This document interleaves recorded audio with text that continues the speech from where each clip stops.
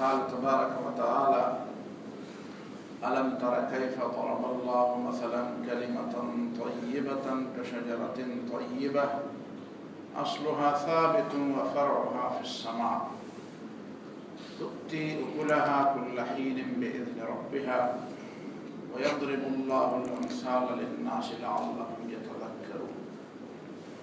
ومثل كلمة خبيثة كشجرة خبيثة اجتثت من فوق الأرض ما لها من قرار. صدق اللہ العظیم۔ یہ جو پہلی آیت میں نے تلاوت کی سورہ مریم کی، ان الذین آمنوا وعملوا الصالحات سیجعل لهم الرحمن ودا، یقیناً جو لوگ ایمان لے آئے اور عمل صالح کرتے رہیں، ان قریب اللہ تعالیٰ ان کے لیے دلوں میں محبت پیدا کر دے گا، دلوں میں محبت پیدا کر دے گا۔ اور دوسری جو سورہ ابراہیم کی آیات میں نے تلاوت کی، ان میں اللہ تعالیٰ ایمان اور کفر کی دو مثالیں بیان فرماتا ہے۔ ایمان کے لیے وہیں پہ اللہ تعالیٰ نے کلمہ طیبہ کا عنوان استعمال فرمایا ہے۔ ألم تر كيف ضرب الله مثلا كلمة طيبة، تو نے دیکھا نہیں ہے کہ اللہ تعالیٰ نے پاک بات، پاکیزہ کلمہ کی مثال کیسے بیان فرمائی ہے؟ کشجرۃ طیبہ، اس کی مثال ایک پاکیزہ درخت کی ہے، انتہائی قسم کی، اعلیٰ قسم کی پھلدار درخت کی۔ اصلها ثابت وفرعها في السماء، جن کی جڑیں زمین میں پیوست ہیں، گہرائی تک جا چکی ہیں، اور اس کی شاخیں اوپر کی طرف، آسمان کی طرف۔ اور تؤتی اکلها کل حین باذن ربها، وہ اپنے پھل ہر مناسب موقع پر اپنا پھل دیتا ہے، وہ درخت اللہ کے حکم سے۔ ظاہر ہے کہ سارے کام اللہ کے حکم سے ہیں۔ اس کا مطلب یہ ہے کہ اس پھل کے دینے میں وہ درخت خود مختار نہیں ہے، وہ بھی اللہ کا محتاج ہے۔ جب اللہ چاہے تو وہ پھل دے گا، لہذا پھل دینے میں اسے اللہ کی مدد کی ضرورت ہے۔ وَيَضْرِبُ اللَّهُ الْأَمْثَالَ لِلنَّاسِ، یہ مثالیں اللہ تعالیٰ انسانوں کو سمجھانے کے لیے بیان فرماتا ہے۔ لَعَلَّهُمْ يَتَذَكَّرُونَ، شاید یہ لوگ نصیحت پکڑ لیں۔ وَمَثَلُ كَلِمَةٍ خَبِيثَةٍ، اور بری بات کی مثال کیا ہے، گندی بات کی مثال، کفر اور شرک کی بے بنیاد بات کی مثال کیا ہے۔ کشجرۃ خبیثۃ، ایک گندے درخت کی مثال، جس کی جڑیں نہ زمین میں پیوست ہوں اور نہ اس کا پھل اور نہ اس کی شاخیں آسمان کی طرف اٹھی ہوئی ہوں، بلکہ اس کی جڑیں سرے سے زمین میں ہونا۔ اجتثت من فوق الارض، اس کو زمین سے اکھاڑا گیا، وہ کسی اور درخت سے اپنا پھل اور اپنی خوراک حاصل کرتا ہے۔ جس طرح آکاش بیل ہوتا ہے، آکاش بیل بعض درختوں کے اوپر، جس کو ہم پشتوں میں میچہ کہتے ہیں، ایک خاص قسم کا بوٹا ہوتا ہے، اس کی جڑیں زمین میں نہیں ہوتی، وہ جس درخت کے اوپر چڑھا ہوتا ہے اسی سے اپنی خوراک حاصل کرتا ہے۔ تو کفر اور شرک کے لیے زمین کے اندر کوئی جڑ نہیں ہے، یہ کبھی ایک جگہ سے اور کبھی دوسری جگہ سے اپنی خوراک حاصل کرتا ہے، جبکہ ایمان کی جڑیں اس زمین کے اندر پیوست ہیں۔ کوئی ایسی حرکت، کوئی ایسا انقلاب، کوئی ایسی کوشش اور جدوجہد جو اس کو جڑ سے اکھاڑنے کے لیے کی جاتی ہے، وہ وقتی طور پر تو لوگوں کو کامیاب نظر آتی ہوگی، حقیقت میں وہ پائیدار نہیں ہوتی۔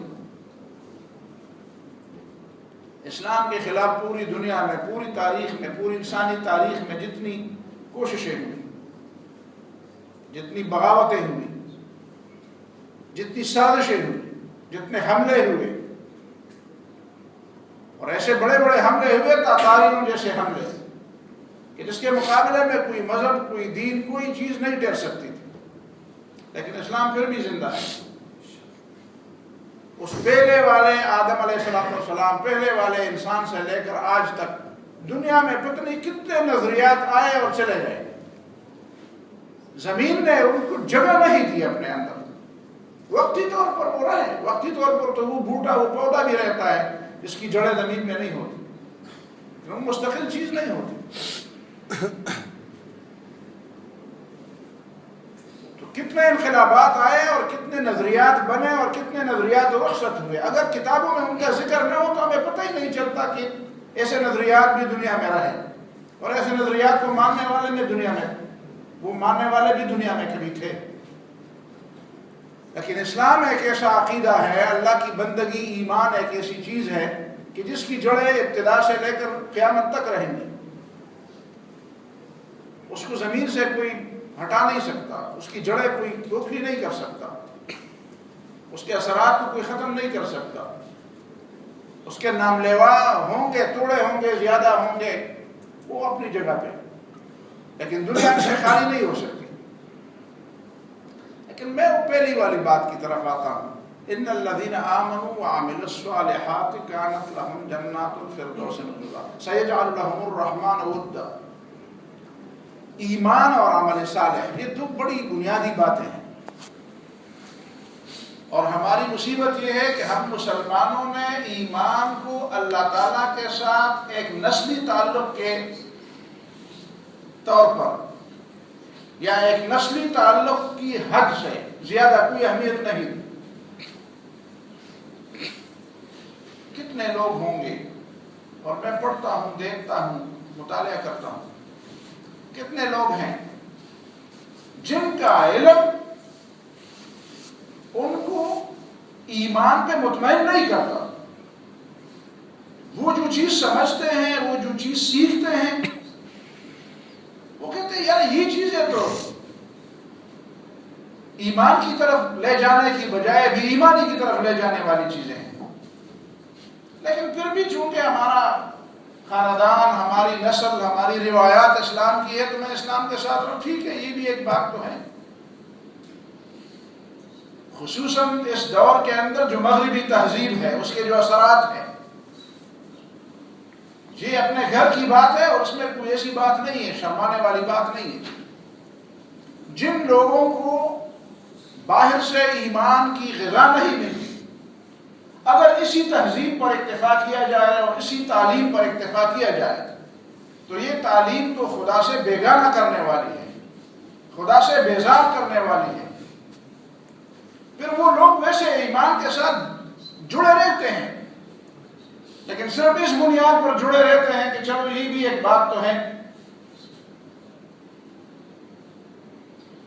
وہ جو برٹرن رسل ہے، جو مغربی تہذیب والے اس کو بہت بڑا فلسفے کا بابا سمجھتے ہیں، اس نے کتاب لکھی ہے کہ میں کیوں عیسائی نہیں ہوں، میں عیسائی کیوں نہیں رہا۔ اس میں اس نے ایک چھوٹی سی بات لکھی ہے جو حقیقت میں چھوٹی بات نہیں، بہت بڑی بات ہے۔ وہ ہم مسلمانوں سے پوچھتا ہے کہ بتاؤ موجودہ دور میں علم اور عمل کے حوالے سے تمہارا کردار کیا ہے؟ یہ سوال وہ اس لیے اٹھاتا ہے کہ اسے پتہ ہے کہ ہماری تہذیب اور ہماری تعلیم اور ہمارے نظریات نے ان لوگوں کو فکری اور شعوری طور پر ایمان سے بیگانہ کر دیا ہے۔ ایمان لوگ کیا سمجھتے ہیں کہ ایمان کیا چیز ہے؟ اگر ایمان آپ کے شعور کے مرکز کو متاثر نہ کرے، اگر ایمان آپ کے دل و دماغ اور علم اس کا رہنما نہ بنے تو ایسا ایمان تو کسی کام کا نہیں۔ اور پھر یہ ذہنی فکری بات ہے، جو عملی بات ہے وہ عمل الصالحات میں ہے کہ وہ ایمان جو آپ کو کردار میں دوسروں سے ممتاز نہ کر دے، آپ نے عمل صالح کو کیا سمجھا ہے؟ آپ ایک عام مسلمان سے بات پوچھے کہ عمل صالح کیا ہے، بتا عمل صالح لمبے لمبے سجدے ہیں، داڑھی رکھنا ہے، عمل صالح حج پہ جانا ہے، عمل صالح عمرے پہ جانا ہے، تسبیح ہاتھ میں لے کر سبحان اللہ الحمدللہ، یہ عمل صالح ہے۔ عمل صالح کردار کا نام ہے، کردار کا نام ہے، ایک ایسی خودی اور ایک ایسی پہچان کا نام ہے جس کی بنیاد ایمان ہو۔ وہ ایمان جو آپ کو ایسے کردار پہ آمادہ کر دے جو ایک طرف تو وہ اللہ تعالیٰ کی بندگی والا کردار ہو اور دوسری طرف وہ انسانوں کی زندگی کی تعمیر والا کردار ہو۔ اور جب آپ ایمان کے معاملے میں کمزوری دکھائیں گے اور ایمان کو اپنے دل و دماغ پر، میں شاگردوں کو بار بار یہ بات کہہ دیتا ہوں، سادہ سی بات میں کہہ دیتا ہوں، میں کہتا ہوں جب تک تم قرآن اور سنت کی بات کو اپنے دماغ پر سوار نہ کر دو، یہ نہ سمجھو کہ میں مثالی مومن ہوں۔ کوئی فکر، کوئی چیز کبھی انسان کے دماغ پر بالکل سوار ہو جاتی ہے، لوگ کہتے ہیں یار اس کے دماغ میں تو بس یہی ایک بات ہے، وہ تو دوسری بات کو سر سے سنتا ہی نہیں۔ کسی کے دماغ پر کوئی شخصیت سوار ہو جاتی ہے، وہ کہتا ہے وہ شخصیت جہنم میں جائے میں جہنم میں جاؤں، سوار ہوتی ہے وہ شخصیت۔ کوئی نظریہ، کوئی فکر دماغ میں سوار ہو جاتی ہے۔ ایمان کی بات جب تک آپ کے دماغ پر سوار نہ ہو، یہ سارا الفاظ میں بات کر، پہلے میں نے وہ دوسرے الفاظ میں بات کی کہ جب تک آپ کے دل و دماغ کے شعوری مرکز کو وہ قبضہ نہ کر دے، ایمان، آپ اپنے دل و دماغ اور شعور کے مرکز کو ایمان کے قبضے میں نہ لیں اور اپنے دل و دماغ پر ایمان کو سوار نہ کر دے، قرآن و سنت کو سوار نہ کر دے، یہ صرف خام خیالی ہے کہ ہم کہتے ہیں یہی ایمان ہے۔ وَمَا يُؤْمِنُ أَكْثَرُهُمْ بِاللَّهِ إِلَّا وَهُمْ مُشْرِكُونَ، سورہ یوسف میں اللہ نے فرمایا یہ ایمان لانے والوں میں اکثریت مشرکوں کی ہے۔ ایمان لانے والوں میں یعنی ایمان کا دعویٰ کرنے والوں میں اکثریت مشرکوں کی ہے۔ انہوں نے ایمان کو سمجھا ہی نہیں، انہوں نے ایمان کو صرف اقرار سمجھا ہے۔ ایمان صرف اقرار نہیں، وہ تو آپ نے سورہ بقرہ میں پڑھ لیا ہے، وَمِنَ النَّاسِ مَن يَقُولُ آمَنَّا بِاللَّهِ وَبِالْيَوْمِ الْآخِرِ وَمَا هُم بِمُؤْمِنِينَ۔ وہ بار بار کہتے ہیں، وہ چیخیں مارتے ہیں کہ ہم مومن ہیں، آمنا باللہ والیوم الآخر، اللہ کو بھی مانتے ہیں، قیامت کو بھی مانتے ہیں، لیکن قرآن گواہی کرتا ہے کہ وہ ہم بمؤمنون، ایمان والے نہیں ہیں۔ اور دوسری چیز جو اس کا لازمی تقاضا ہے، جب بھی ایمان کی بات آتی ہے ساتھ عمل صالح کی بات آتی ہے، وہ عمل صالح کیا چیز ہے؟ وہ عمل صالح کردار ہے، وہ کردار ہے۔ جھوٹ بولنے کا موقع آ جاتا ہے، آپ جھوٹ سے اجتناب کرتے ہیں جبکہ اس میں نقصان ہو، جبکہ اس میں نقصان، کسی کی حق ادا کرنے کا موقع آتا ہے تو آپ حق کو ادا کر دیں جبکہ ادا کرنے میں آپ کا بڑا نقصان ہو۔ کل ایک یونیورسٹی میں گیا تھا جہاں وہاں میں نے اخلاقیات کے موضوع پر وہاں کے جوانوں کو، تو جوان پوچھ رہے تھے یہ جی عجیب بات ہے، جب ہم اس طرح آپ جو باتیں کرتے ہیں اسی پر جب عمل کریں گے تو ہمارے گھر میں بھی ہماری جگہ نہیں ہوگی، باہر بھی ہماری جگہ نہیں ہوگی، ہم تو وہ اچھوت بن جائیں گے، ہماری تو جگہ نہیں رہے۔ میں نے کہا یہی تو بات ہے، اس کا مطلب یہ ہے کہ اگر آپ ہوا کے رخ پہ دوڑنا جانتے ہیں، ہوا کے رخ کے خلاف نہیں دوڑنا جانتے، اس کا مطلب یہ ہے کہ آپ اس کام کو چھوڑ دے کر وہ کوا نہ بنے، جس کے ہمارے یہاں پشتوں میں مشہور ہے، کوا ایک راستے پہ جا رہا تھا، پرواز کر رہا تھا، اتنے میں آندھی آ گئی تو اس کا رخ موڑ لیا، دوسری طرف کر دیا، تو اس نے اپنے آپ سے دل میں کہا کہ میرا اس طرف بھی کام ہے، اس طرف بھی میرا کام ہے۔ جس کا ہر طرف کام ہو وہ اسلام کے کام کا نہیں ہے۔ واقعی آپ اپنے جو گندگی کا ماحول ہے اور آپ کے پاس خوشبو ہے اور آپ خود بھی اس خوشبو کی بو محسوس نہ کریں تو اس کا مطلب ہے کہ وہ خوشبو نہیں ہے۔ اگر اندھیرا چھایا ہوا ہے اور آپ کہتے ہیں میرے پاس چراغ ہے اور آپ کا چراغ آپ کو بھی راستہ نہ دکھائے تو اس کا مطلب ہے کہ آپ کا چراغ نہیں ہے نا. آپ جھوٹ بولتے ہیں کہ اس کو چراغ کہتے ہیں, آپ جھوٹ بولتے ہیں کہ اس کو روشنی کہتے ہیں. اگر آپ ظلمت کے ماحول میں, بدبو کے ماحول میں, برائی کے ماحول میں آپ بالکل انجانے نہیں ہیں, آپ عجیب و غریب نہیں لگتے, آپ انجان نہیں لگتے, آپ انہی کی طرح ایک آدمی لگتے ہیں, تو اس کا مطلب ہے کہ آپ خود بھی اندھیرے میں, آپ خود بھی جہالت میں ہیں. تو یہ کیسا عمل صالح ہے؟ یہ عمل صالح نہیں ہے. عمل صالح کردار کا نام ہے. کردار, لوگ کردار کو پیش کرنے کا لفظ کہتے ہیں. میں پیش کرنے کا لفظ نہیں کہوں گا, میں نے بہت سوچا کردار پیش کرنا کیا ہوتا ہے. لوگوں کو دکھانے کے لیے ہوں, بس صاحب کردار ہونا چاہیے. لوگ دیکھیں یا نہ دیکھیں, لوگوں کو معلوم ہو یا نہ ہو. ان الذين آمنوا وعملوا الصالحات سيجعل لهم الرحمن ودا. جو کردار والے ہوں گے نا تو پھر اللہ تعالیٰ لوگوں کے دل میں محبت ڈال دے گا. سیجعل, سین کا مطلب ہے کہ آئندہ, آئندہ ایسا ہوگا. اس طرح نہیں کہ آپ نے ابھی کوئی چیز پیش کر دی اور ابھی تمہارا انتظار ہے, ابھی مسلح اڑے گا اور میرے اوپر وحی آئے گی, ایسا نہیں ہوگا. سیجعل, اس میں کچھ وقت لگے گا. اللہ دلوں میں محبت پیدا کر دے گا. دیکھیں مکہ معظمہ میں یہ بات کی گئی تھی, حالانکہ مکہ معظمہ میں لوگوں کو جوتے پڑ رہے تھے, قتل کیے جاتے تھے, گھروں سے نکالے جاتے تھے. لیکن ایک وقت پھر آیا مدینہ منورہ میں, اور پھر ایک وقت آیا کہ صرف مدینہ بھی نہیں تھا, روم اور ایران والوں نے بھی دیکھا کہ واقعی یہ لوگ ہیں, یہ لوگ ہیں, ان کو اپنا اختیار دے دیا جائے, ان کو حق ہے کہ وہ تمہارے گردنوں پر بیٹھ کر حکومت کریں. تو ہم نہیں سمجھتے. اور پھر جو قرآن کی دوسری آیت میں نے بتا دی ہے اس کو ذرا پڑھیں. مثل کلمۃ الم تر کیف ضرب اللہ مثلا کلمۃ طیبۃ کشجرۃ طیبۃ. کلمہ پڑھ لیا ہے اور کلمہ طیبہ پڑھ لیا ہے تو اس کی مثال کیا ہے؟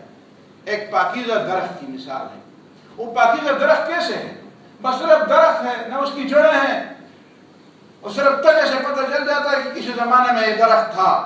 نہیں جی, اس کی شاخیں ہیں, اس کی شاخیں آسمان کی طرف پھیلی ہوئی ہیں, وہ سایہ بھی دیتا ہے, وہ آنکھوں کو بھی بھلا لگتا ہے.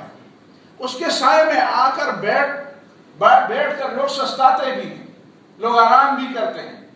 پھر وہ پھل بھی دیتا ہے, اور ایسا نہیں کہ ایک دفعہ پھل دے دے اور پھل بھی کڑوا کسیلا پھل نہیں. تو مومن کا کردار وہ ہو, اس کی آنکھیں, اس کی زبان, اس کا عمل, اس کی فکر, اس کا دماغ, اس کا علم, اس کا عمل, اس کا اٹھنا بیٹھنا, یہ پھلدار درخت کی طرح ہے. اور ہر موقع پر جب بھی کسی بات کا موقع ہو, موقع کے مطابق وہ پھل دیتا ہے. جب بھی پھل دینے کا موقع ہوتا ہے اس پر پھل لگے ہوتے ہیں. جب سچ بولنے کا وقت ہو تو وہ سچ بولتا ہے, جب ڈٹ جانے پر اور استقامت دکھانے کا وقت ہو تو استقامت دکھاتا ہے, جب قربانی کا وقت ہو تو قربانی دیتا ہے, جب سچ کا ساتھ دینے کا وقت ہو تو سچ کا ساتھ دیتا ہے, اور جب اپنی جان پر بن آتی ہے تو اب جان بھی ہتھیلی میں رکھ دیتا ہے. اور یہ کام نہیں کر سکتا تو وہ عمل صالح والا نہیں ہے. اور عمل صالح والا نہیں ہے تو اس کا مطلب یہ ہے کہ اس کے درخت کی جڑیں بھی نہیں ہیں, اور جڑیں نہیں ہیں تو اس کا مطلب یہ ہے کہ ایمان کا دعویٰ جھوٹا ہے. اقول قولی ھذا واستغفر اللہ لی ولکم ولسائر المسلمین فاستغفروہ.